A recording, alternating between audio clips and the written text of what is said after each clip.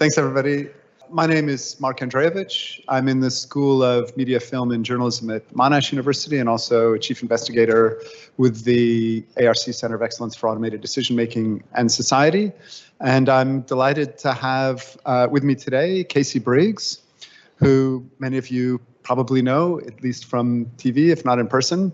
Casey is a data journalist and presenter with ABC News. He covers elections in Australia and around the world. Most recently, his series, America, Are You OK?, examined how US voters were feeling about their own democracy in the lead up to the presidential election. And that question is probably even more germane today than when you did that series, America, Are You OK?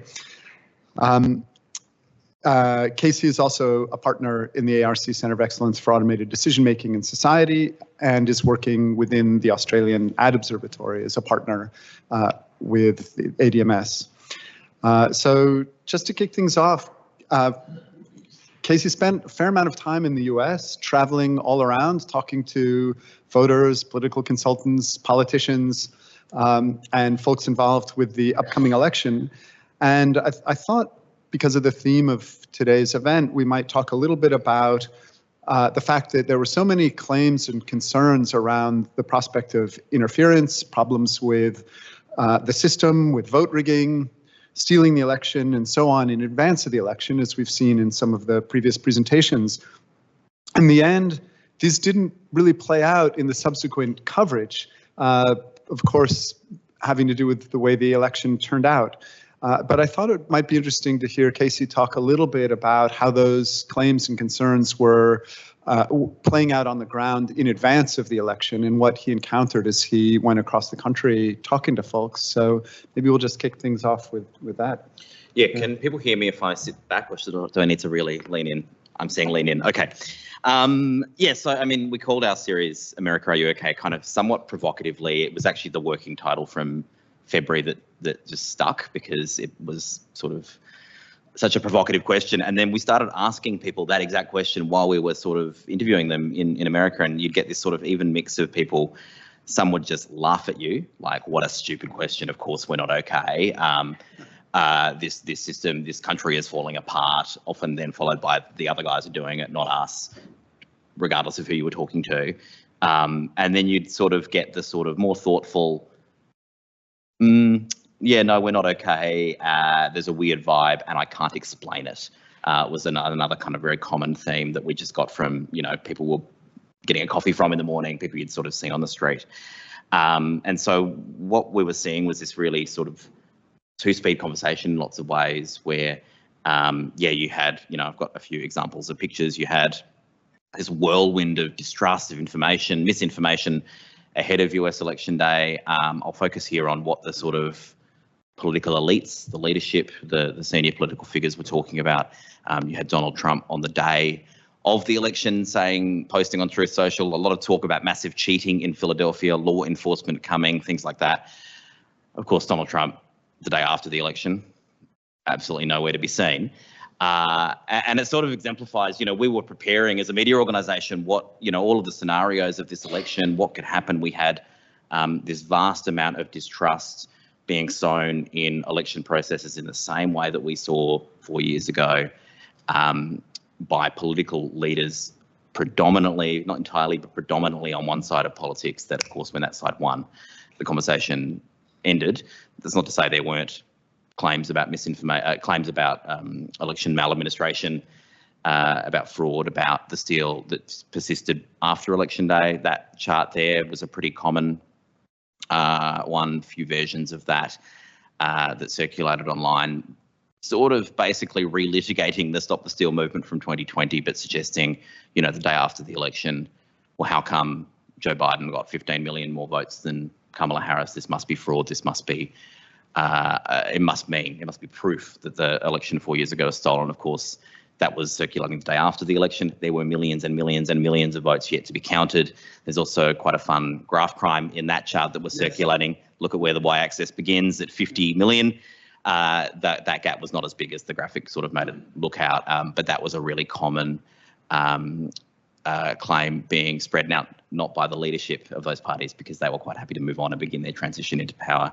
And I think I have this other one, some of the election fraud claims turn to lower down ballot races like the Senate. We saw the same kind of conversations playing out in Senate seats that Democrats won that we saw 4 years ago. These, improbable looking charts where a bunch of Democrat votes got added to the tally at 3 in the morning, 4 in the morning after Election Day. And that's incontrovertible proof that that the election was stolen in the middle of the night by Democrats, which is, of course, not true. Yeah, there are entirely plausible explanations for what happened here. But that is a continuing narrative that we are seeing in distrust being sown in those elections. And I should say, this is something we see elements of in Australia, not quite to the same level, but we have a similar sort of system and a similar sort of dynamic of elections that is emerging in recent electoral cycles, where we have a large, a fast-growing and a very significant number of early votes that are increasingly often looking markedly different to the votes that were cast on Election Day, whether because of demographic groups voting in certain ways, because of campaign impacts.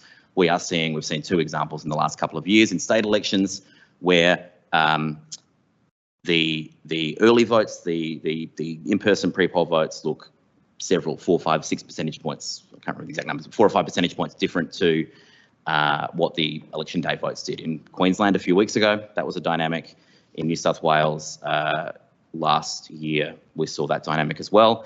I think thankfully we have electoral administrators in this country who are alive to that and are really aware of the sort of issues in that space. We are blessed by having a centralised authority in contrast to what we see in the United States, where, for those who aren't aware, American elections are massively decentralised. There are thousands of them happening on Election Day. At the county, at the sub-county level, I had one election law expert say 8,000 to 10,000 simultaneous elections happening in the United States on a single day. And that creates a lot of opportunity for people to sow distrust, because there are so many places to point and there are so many and I guess that's one of the reasons I think, we'll get to some of the uses of artificial intelligence, why I think that the US system is a really good incubator for some of these. We're seeing a lot of experimentation happening in that space that, we're not quite seeing to quite the same level in Australia. And I think it's partly down to the system, but also the power in American elections and the money in American elections as well. The series, it's worth taking a look at if you haven't seen it, but one of the episodes is called, Can You Have Too Much Democracy? And that's where you get to these thousands of elections happening simultaneously, and also these ballots that have maybe 96 races because of the number of positions in the US that are elected. And some of them are very kind of bureaucratic administrative positions. And most of the voters, when they go to the polls, have no idea who these candidates are or any of the background that they're running on. But this gets to the... I was asking people in the States, can you tell me what a geological hazard abatement officer is? And no one can answer that question. What does the water district do in a practical, level? Very hard to answer that question. Voters do not know what these positions are. They are elections that go under the radar, and they are elections that there is not a lot of accountability on the people who are then elected, from the news media, who do not have time to be focusing on all of these elections and on all of these positions, right through to the practicalities of, I spoke to someone who said in Chicago in 2014, I think they had 92 positions on a ballot paper, and they were being asked to vote on 92 separate positions on a single day. I mean, it's impossible. It feels just like pure luck, and that's just chance. But during the course of the series, you developed some pretty in-depth comparisons between the US and the Australian electoral systems, some of which you've touched on. And I thought it might be interesting to talk about how these highlight relative sources of concern about security and fairness, whatever we might mean by fairness. And I know it might be interesting to talk through some of the elements of fairness in the two nations. What lessons are there to be learned about ensuring legitimacy under current conditions, and you know, what apparatuses. So we've been talking a lot about media, but it's also the bureaucratic and administrative apparatuses that can help ensure legitimacy. So it might be worth it talking a little bit about what you think in Australia helps ensure legitimacy vis-a-vis the US, but where also vulnerabilities are. And you mentioned some of them, even just the time that it takes to count the votes. Yeah, I mean, not to be that guy, but I think when you're talking about a fair election, you kind of want to be on firm ground and agree ground on what we mean by fair election, because there are probably two dimensions to that. There's, you know, whether the election was conducted correctly, administered in a way that was accordance with all the rules that are pre-agreed, all of the validly cast votes were counted, all of the invalidly cast votes were not counted. And I think in Australia we have, you know, a great deal of trust in that system. We have a great deal of robustness in that. I'm not saying we don't in the United States, but that is a system that is happening in parallel in thousands of places at once. And the people that are supervising those positions, those you know, the counting staff, the actual people on the ground that are conducting the election are often either politically appointed or elected. You know, one of those 92 positions in your county might be the recorder or the register of the county clerk, sometimes register of elections, different titles for it across different places, but they are elected. And we've seen examples since 2020 where people have been taken to court over actions they and in fact convicted over their actions in conducting an election in a way that, you know, gave someone partisan advantage. And so, and we've seen sort of, you know, attempts by boards of supervisors or through that certification process to delay tactics to often just create that kind of legal uncertainty around an election. So there's probably that one, you know, the electoral administration fairness. Do we have trust and faith in our electoral system? And that's one of the questions that we sort of asked, you know, and it's one of the reasons I think we should all, you know, thank the Lord that someone saw fit to create an institution like the Australian Electoral Commission and really sort of set up that model, and a lot of the sort of foundations of permanent independent electoral commissions were invented in Australia, and so we should be very thankful that we have that sort of very solid grounding there. And then there's the question of fairness around, was this contest conducted fairly? Was it conducted in a way that, and it's very hard to define what that means, you know, was there a fair contest of ideas? Did people have their voices heard? Was there you know, honesty and truth in advertising, and all of that's a very kind of esoteric and thorny and hard to define. And that's, I think, where a lot of the concern around, you know, your generative AI and campaign material, I don't think anyone's looking at those pictures, images and saying, yes, that's definitely Kamala Harris standing in front of some kind of communist rally in Chicago. You know, again, but it's about, as Tim was saying, it's not about the veracity of that. It's about a vibe and a feeling of truth, and this, you know, coalesces with my understanding of how the world works. We saw it with, you know, even political leaders, JD Vance with the Springfield, Ohio stories and rumours about Haitians eating cats and dogs. Well, he eventually did come out and say, oh, look, it may not have been true, but, you know, it gets to the heart of it was truthy. It was truthy. It gets to the heart of something that these communities are feeling. And if it took me, you know, he didn't say it in these words, but if it took me spreading some misinformation to get this on the agenda, it was totally worth doing. You know, other areas where you see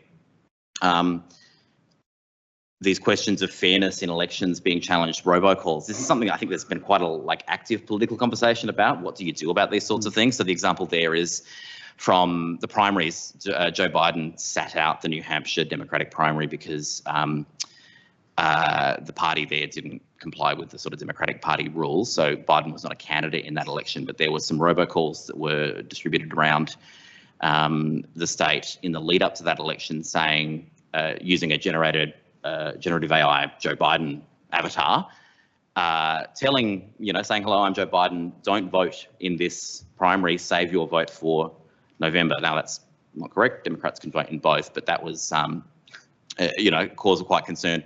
We've seen people behind that charged, I think convicted. We've seen the FCC in the United States outlaw this sort of conduct. We're seeing conversations about that in Australia. The South Australian Parliament has just passed some new laws that are yet to be implemented, but they've just gone through the Parliament around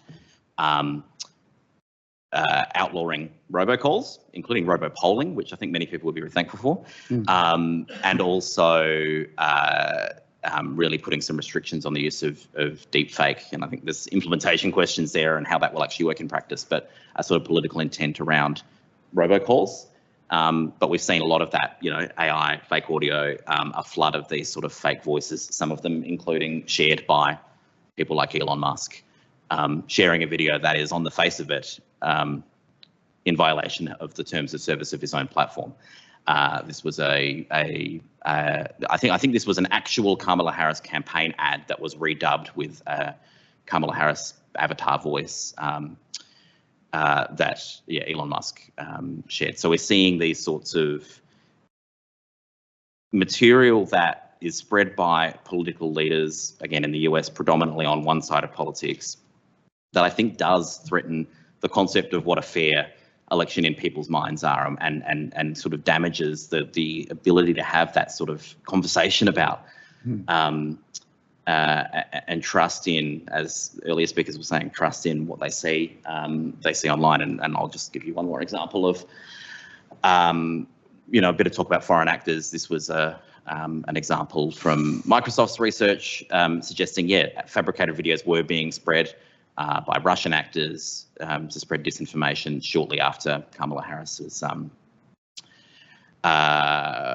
ascended to the Democratic nomination in August and September.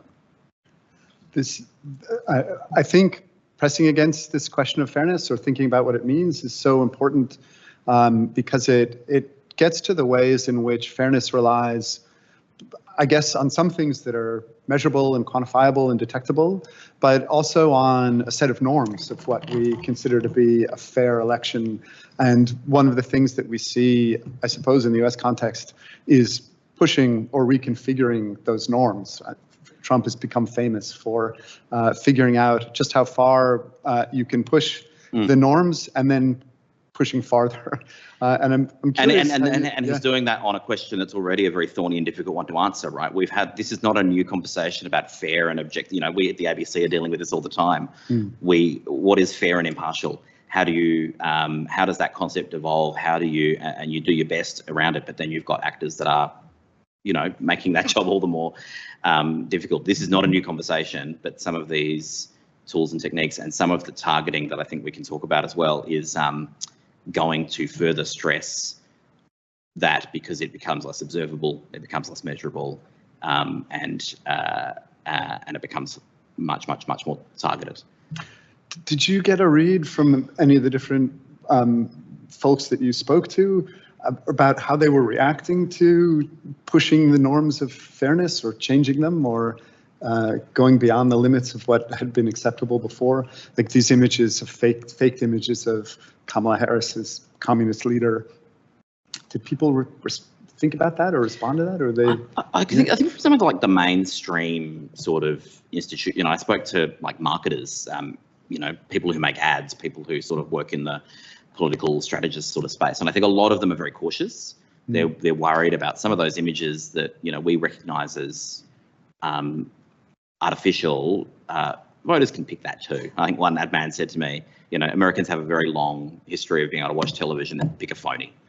And there's, I think, a concern among these sort of, major campaigners, the sort of establishment, that you have to be cautious with this kind of thing because it could backfire on you very quickly. It's why I think actually a lot of the experimentation and incubation is happening behind the scenes at the moment. It's not so much happening in the, Coca-Cola style, we made our, Christmas advertisement fully with artificial intelligence. We're not seeing those sorts of experiments. What we're seeing is experiments in the behind the scenes stuff that some people earlier were talking about. And maybe I should show a little clip of someone I spoke to. This is a political consultant called Frances Urbe. She's a sort of strategist in California and San Jose. She works mainly on really low-level campaigns, school boards, water districts. I was out with a candidate for a water district board in San Jose when I spoke to her. It was sort of a very happenstance. She was his political consultant. Those sorts of campaigns where there is power, there is influence, there is some money, more money than perhaps a lot of people would like. You know, school board races can run into the $30,000, $40,000, $50,000 for a sort of campaign in the United States. This water district board race we were covering would have been a six-figure election campaign for the candidate. And it was really fascinating watching the way they were so data-driven. Just, you know, we went out door knocking for an afternoon with this candidate. The candidate was called Bill Roth, and he had his app, and he had a list of houses he was going to, and he was making notes on them, and it would tell him quite a lot of information about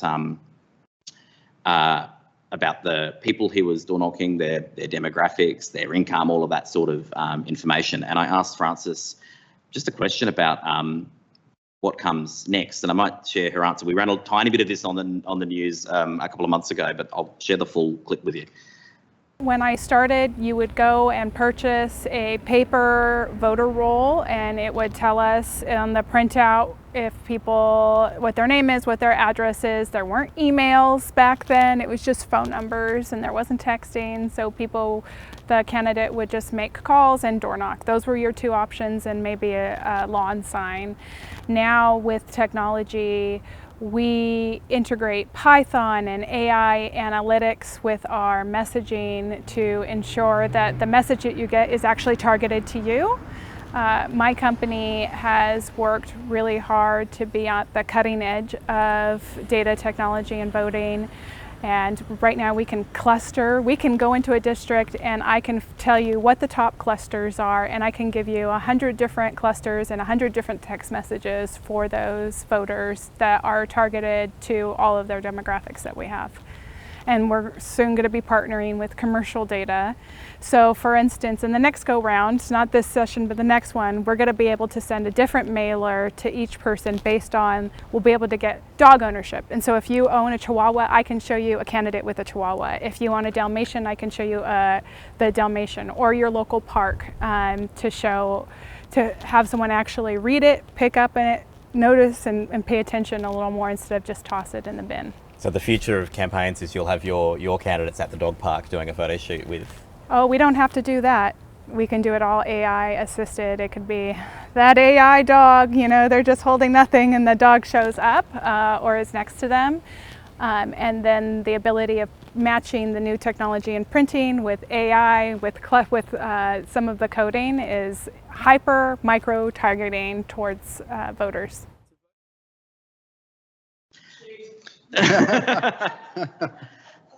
There was a moment during that interview where me and my cameraman who was standing next to me just sort of shared this look at each other going like, why is she telling us this? I don't think in Australia we would be told this sort of thing was happening. It was refreshing how honest people were. But I thought this was really interesting because this is an example of, you know, campaign. They're not national campaigns. We're not talking about a bid for the White House. We're talking about a race for school board. We're talking about much smaller campaigns where there's not a lot of money, but some money. It's cheap, it's easy. You can hire someone like Frances to sort of come up with your strategy. And it's enabled by the wealth of data that is available to candidates in the United States. You can go and buy a copy of the voter roll, and it's much more than the electoral roll, much more information than the electoral here gives candidates. You have party registration information about people in each house. And as she described there, she can partner with whoever she wants to hydrate that data further with all sorts of other information. And so the dog example is in some ways fairly low stakes, but a really interesting example, and kind of demonstrates they're actively thinking about this in the next cycle of elections. Fully expect to be seeing campaign materials that are hyper targeted to an individual household, which is a really interesting, and as a journalist, a sort of very confusing thing to grapple with, because how can you possibly know what the sort of scale of political communication is? How can you be trying to police things, you know, in jurisdictions that have truth in advertising rules and truth in political advertising? You know, how can commissions and various other bodies be hoping to tackle these sorts of questions when every house in the street gets a different flyer with a different dog on it, or they're some set of policies or some set of policy promises. Owns a lot of dogs. Possibly. It gets to a kind of issue. How much do you want to signify to people that you are targeting? They've got the kind of dog you have. They're driving the same car you have. They're in front of your house. It's spooky at some point, isn't it? Is this guy stalking me? At some point, it just, you wonder if that's going to creep people out.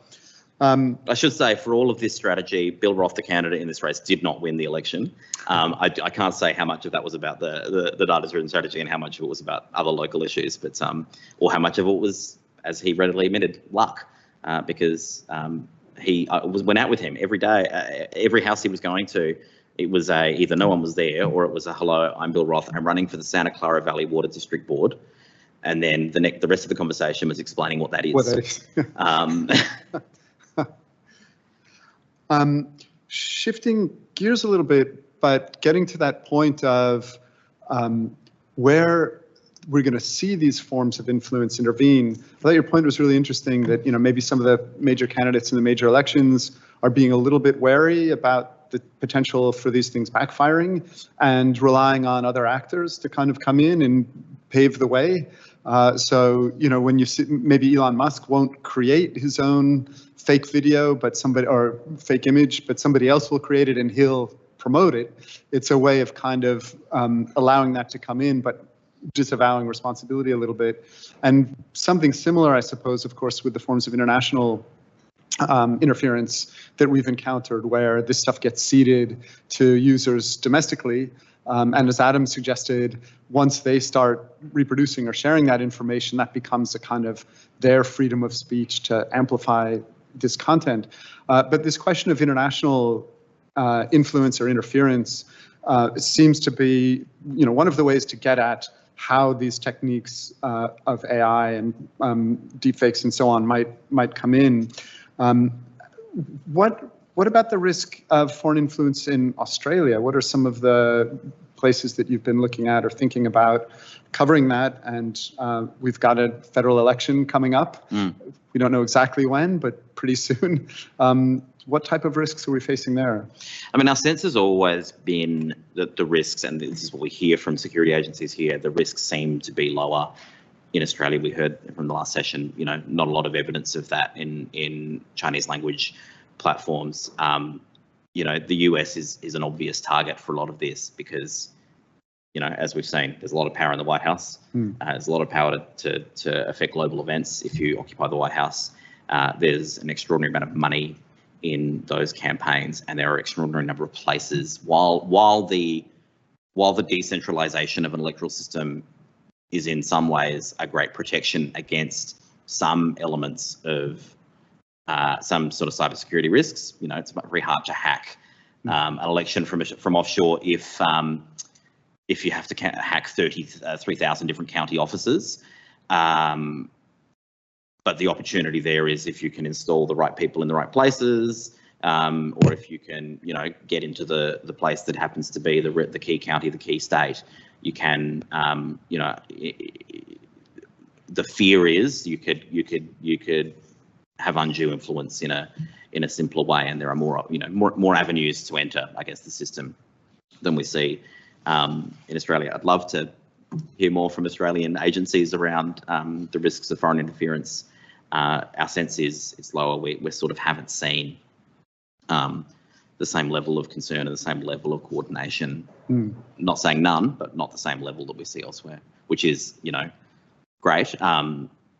But I do wonder if some of that does come back to the institutional protections that we have developed over decades, over centuries. The Australian ballot, the Independent Electoral Commission, being established in Australia, the sort of the fact that we are able to hold paper elections in a way that's not practical in the United States because there are 92 different positions on a ballot that need to be counted. All of those offer you some level of protection in the administration of an election. So the question then becomes the secondary question of fairness. As we saw from those pictures of phone farms, how easy it can be to seed ideas, whether we start to see that emerging. And I don't know that we have a great answer for that, other than a sort of hope that in Australia we are a lesser target because we are under the shadow of some greater superpowers, and that offers us some level of insulation.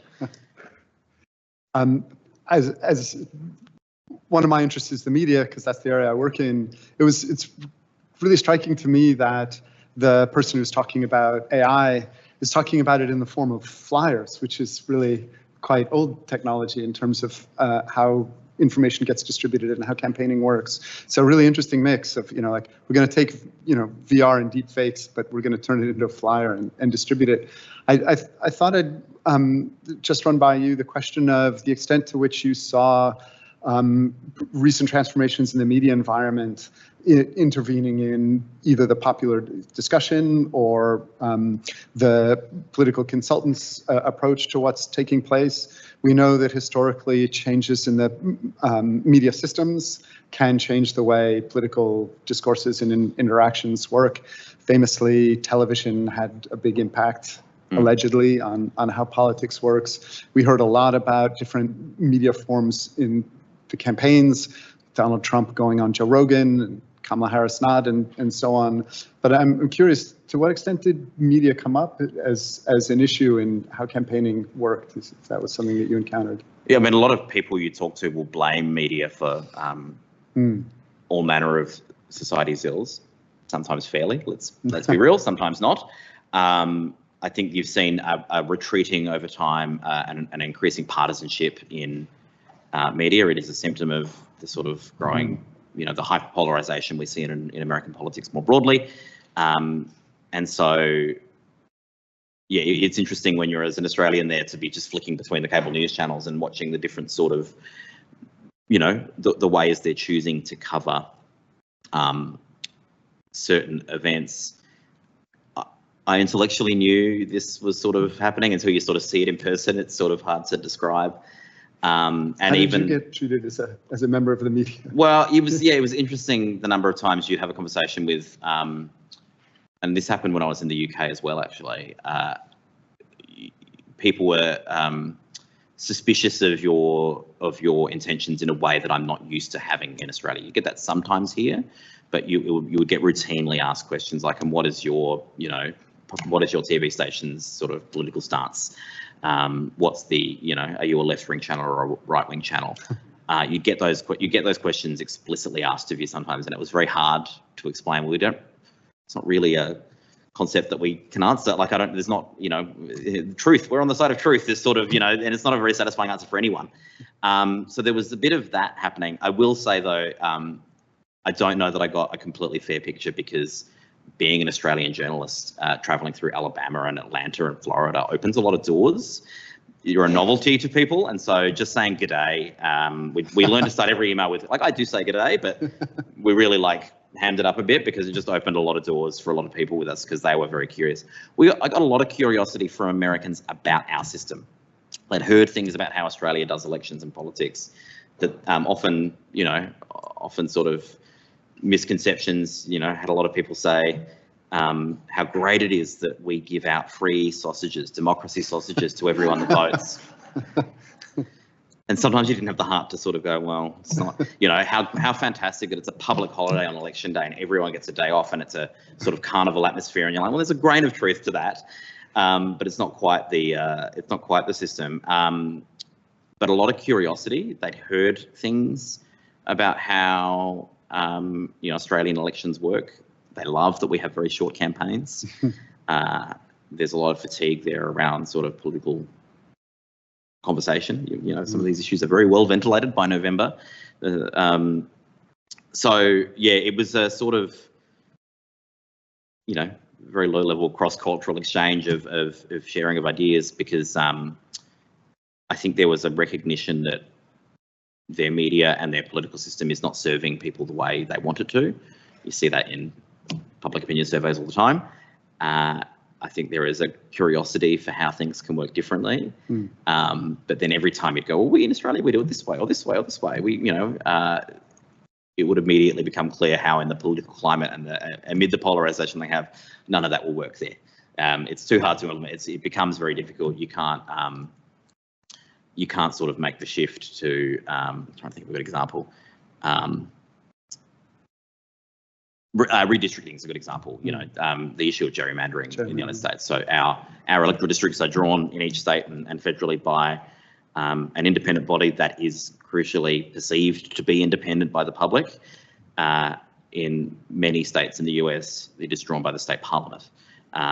No one thinks this is good. Very few people think this is a good idea. The moment you suggest, well, here's what we do in Australia, they will go to, well, that wouldn't work here because who does the appointing of the independent commission? What are their motives? And there's political actors through the entire system, all the way from the White House down to the school board, and there is no sort of there's no sense of, and I think a lot of people desire it but can't see a way they could get to a world where there is a independent public service in the way that we think of it here. And so it's why you kind of ended a lot of the conversations, a lot of our interviews just sort of ended with them going, no, America's not okay. There's nothing we can do. This system we've got, we're working within the system we've got. That fatalism came across in the shows. We've got a little bit of time. I just wanted to open it up for questions for Casey. He's had that experience of kind of seeing from a kind of outside perspective what was going on in the lead up to the election. A bit scared to ask on the Electoral Commission, but. Thanks for that great information. I thought maybe I might just add to. Oh yeah. Oh, me. Hello. I thought I might just add to what's been said about your question about is foreign interference possible, and I don't want to set the hairs running because I mean, you know, who knows, but I did want to assure everyone that I think we've got about a world's best system for what we've got. We're very well supported by a group called the Electoral Integrity Assurance Task Force, which is unique, is a collection of Commonwealth government assets, including security agencies that sit and monitor elections in a way that we can't. We look domestically at mis and disinformation about the electoral process.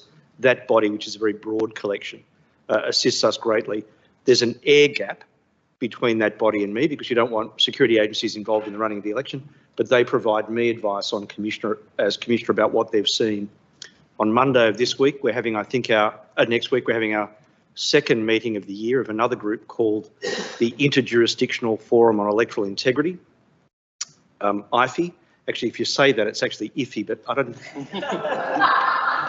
didn't strike me as a particularly good way of explaining that. But that's not only a collection of security and intelligence agencies, it's every electoral commission in Australia, plus all the central agencies, Premier and Cabinet, Prime Minister and Cabinet, all of us focusing on this issue of electoral integrity and working cooperatively.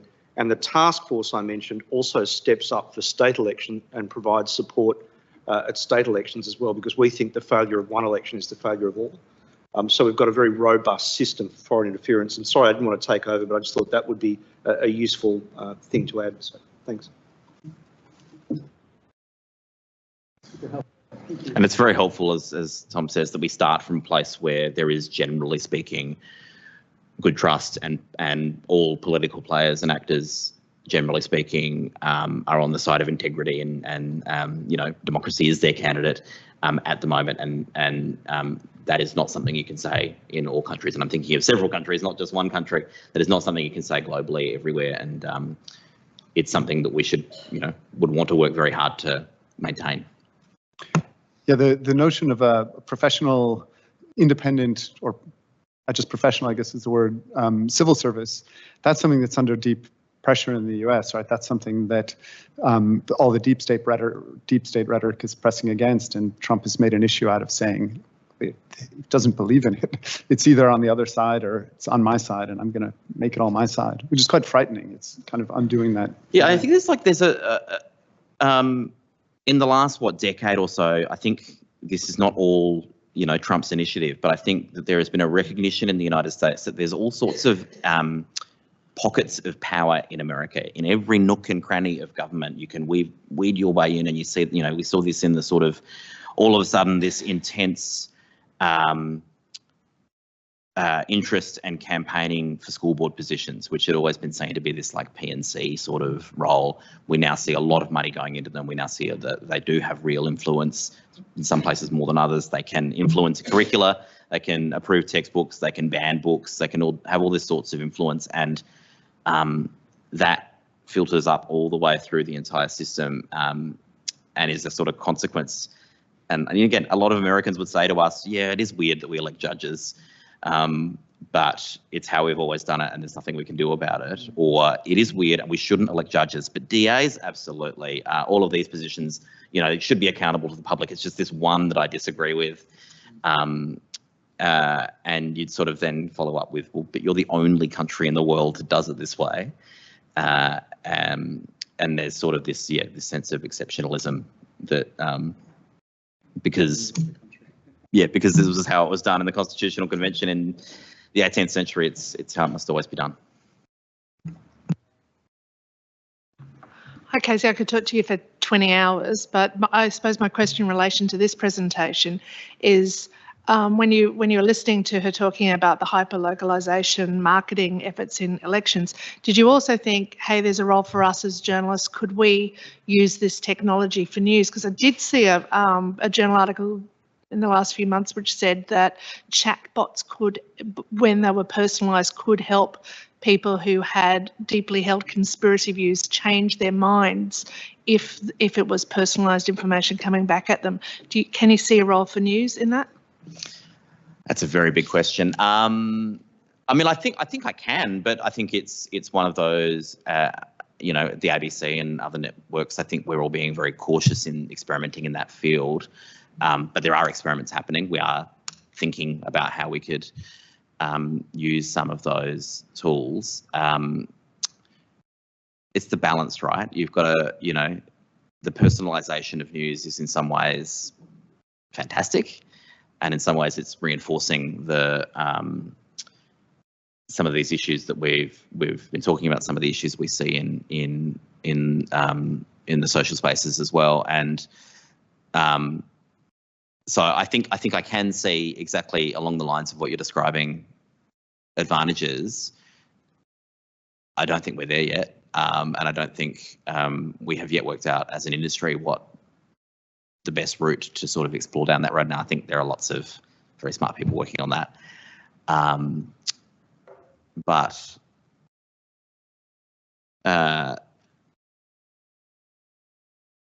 yeah, the chatbot question is an interesting one when we can't really, you know, as we saw from chatbots this morning, right? If you can't reliably trust a chatbot to tell you who's won, at what point do we trust a chatbot in the wild, representing ABC News, representing, you know, ABC output to our audience? And I think that's the thorny question that I think is going to take a very long time to resolve, and I don't think we're, you know, yet at the point of unleashing any of that kind of thing. So I think there are probably theoretical benefits. I could see theoretical applications, but I wouldn't be wanting to launch anything like that in the near future. I think it would backfire very quickly.